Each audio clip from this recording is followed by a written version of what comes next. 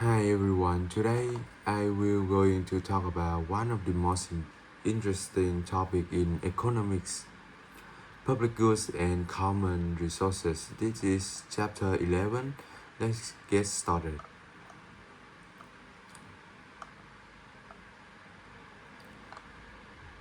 Uh, the different kinds of goods. First bullet point about public goods and common resources. Economists classify goods based on two very important characteristics: exclusivity and rivalry in consumption.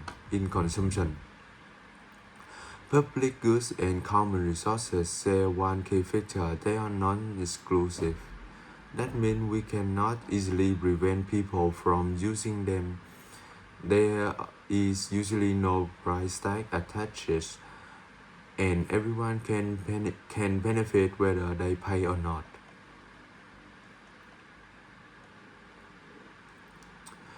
Here is here here we have here I have the famous two-way two classification that help us understand all the major types of goods.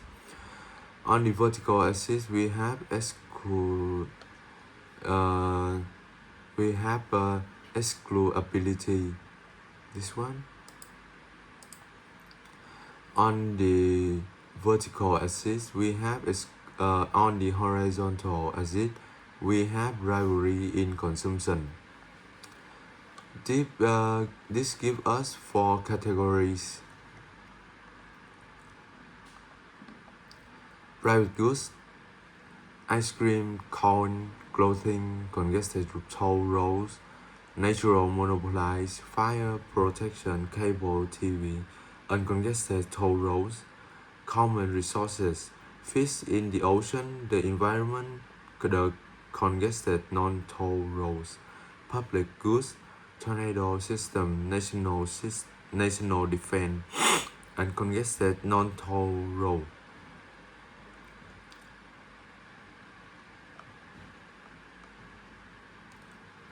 Public Public goods have two defending features. They are non-excludable. We can stop people from benefiting, and they are non-rival in consumption. One person's use doesn't reduce the amount valuable for others. Classic examples are national defense, clean air, or knowledge from basic scientific research.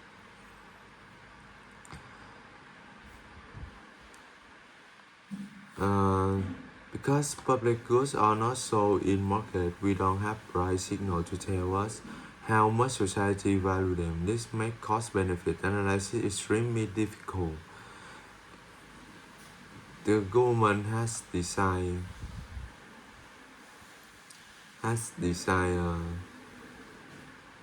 the government has to decide which public goods should we provide and how much should we provide. They try to compare total social cost with total social benefit, but the numbers are usually just round approximation at the best. Let's move on to the free rider problem. Um,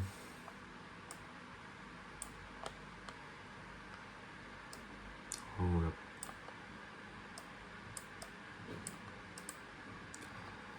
This brings us to the free rider problem this brings us to the most famous problem.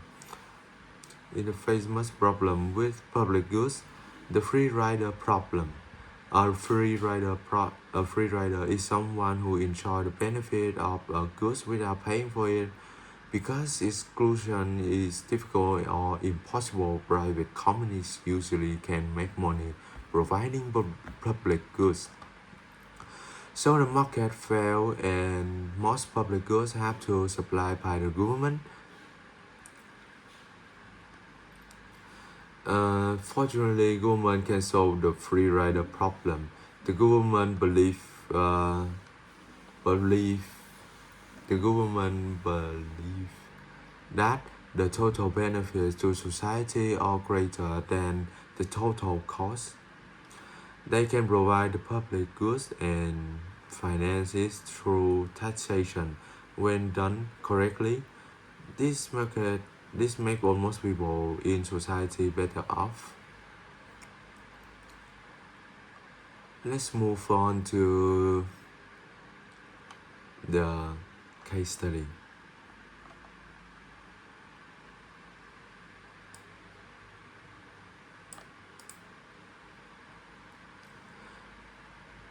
Now look at a very famous real-world example, lake house. At first glance, a lighthouse seems like a perfect public good, non-excludable and non-rival. Any ship that passes by can see the light and avoid dangerous rock, whether they pay for it or not. So strong incentive to free ride.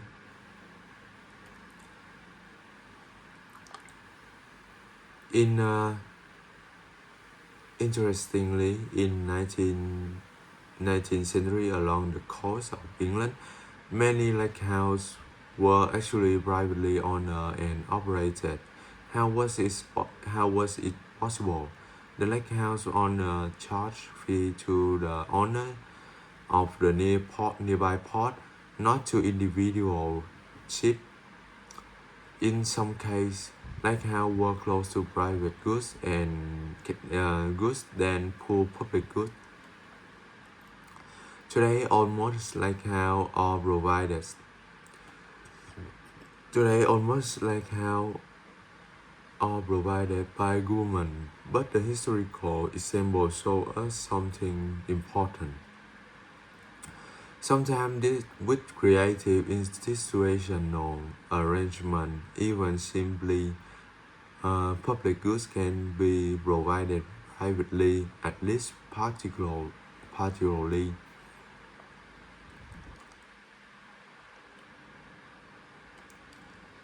Some important public goods.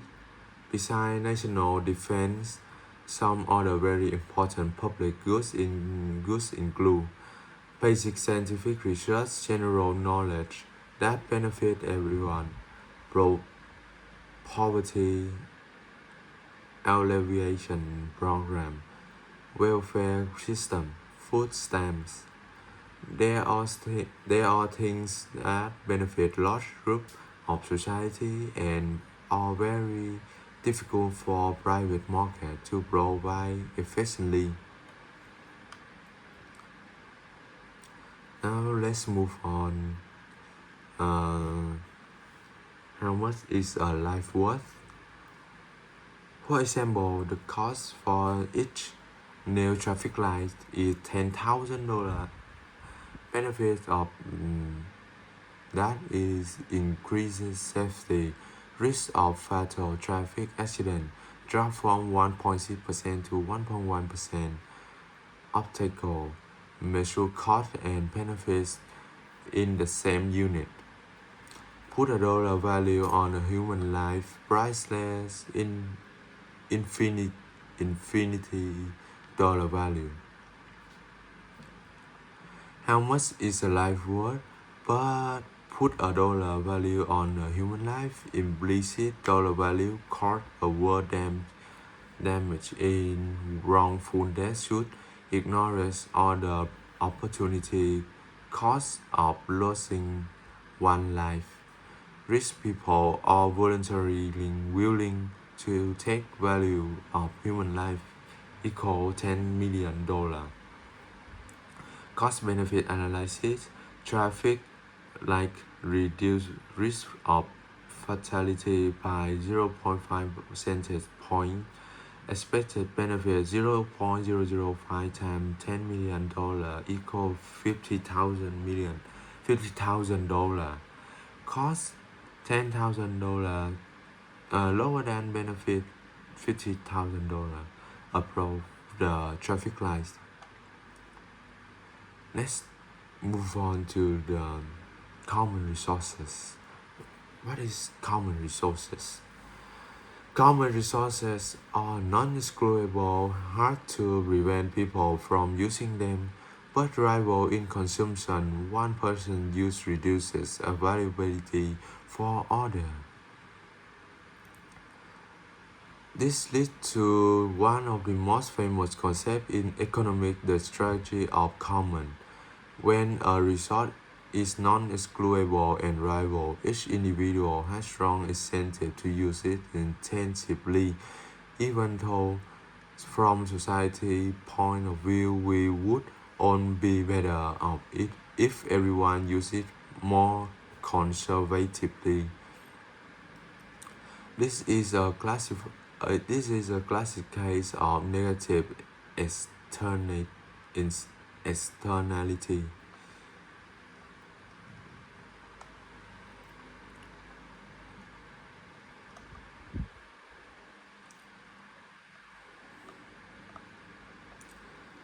Important resources example.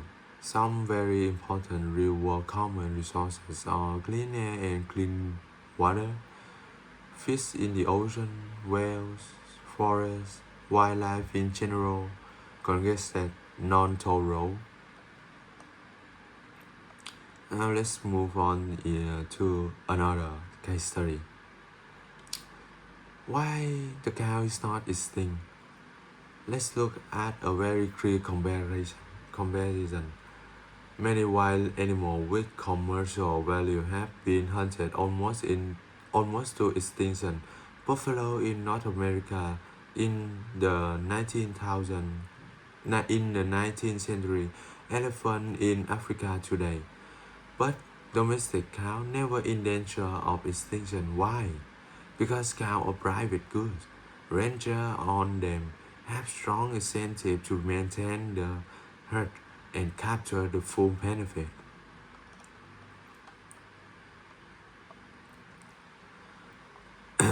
Elephant, on the other hand, are a common resources. In many African countries, no one owns them. Poachers have too strong incentive to kill, but but uh,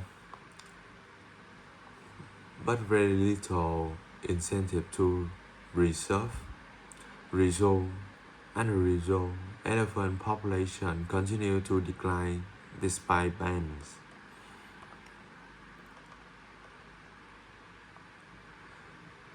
Different countries try different solutions. Kenya, Tanzania, Uganda, strict ban on killing and selling ivory, very hard to enforce. Population still declining. Botswana, Malawi, Namibia, Zimbabwe allowed limit private ownership and controlled hunting on private land. Landowners now have incentive to protect elephant population, so population started to rise. To summarize, so what we have learned today: public goods non-excludable plus non-rival fee rider problem usually provided by government, common resources non-excludable plus rival strategy of the common overuse. Government can help through regulation, taxes, or sometimes privatization. privatization. Thank you very much for your attention.